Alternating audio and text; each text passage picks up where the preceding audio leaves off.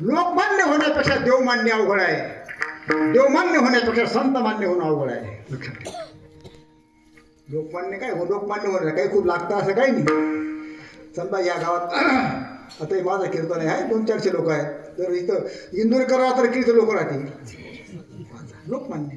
पण तेंडुलकर आला तर वाट मिळणार नाही.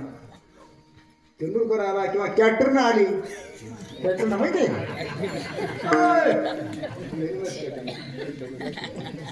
माधुरी माहिती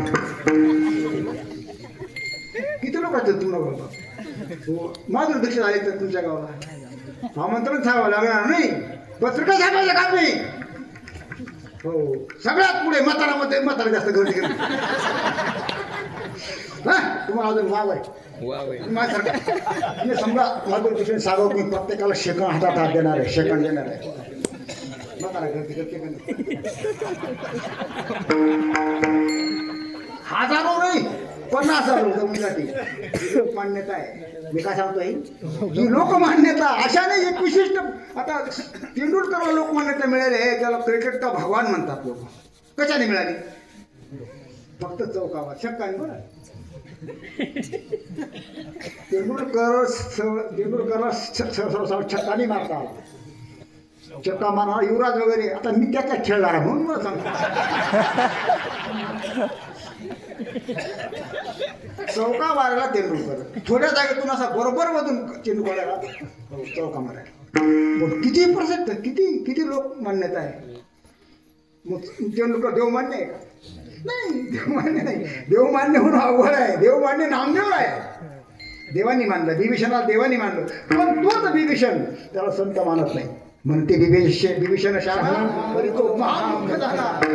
हो, नामदेव त्याला मूर्खात काढून टाकलं. तो देव मान्यता त्यापेक्षा अवघड, आणि देव मान्यतेपेक्षा संत मान्यता अवघड आहे.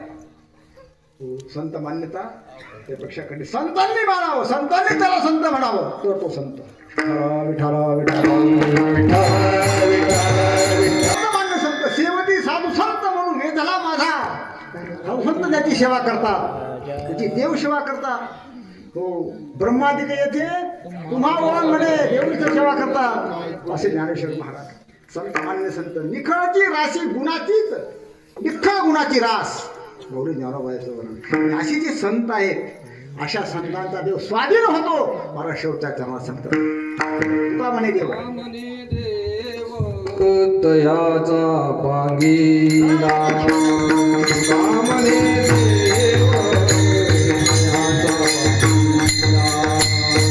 अवघड आहे, शेवटचा अवघड आहे. तिथं आरोणी आवश्यक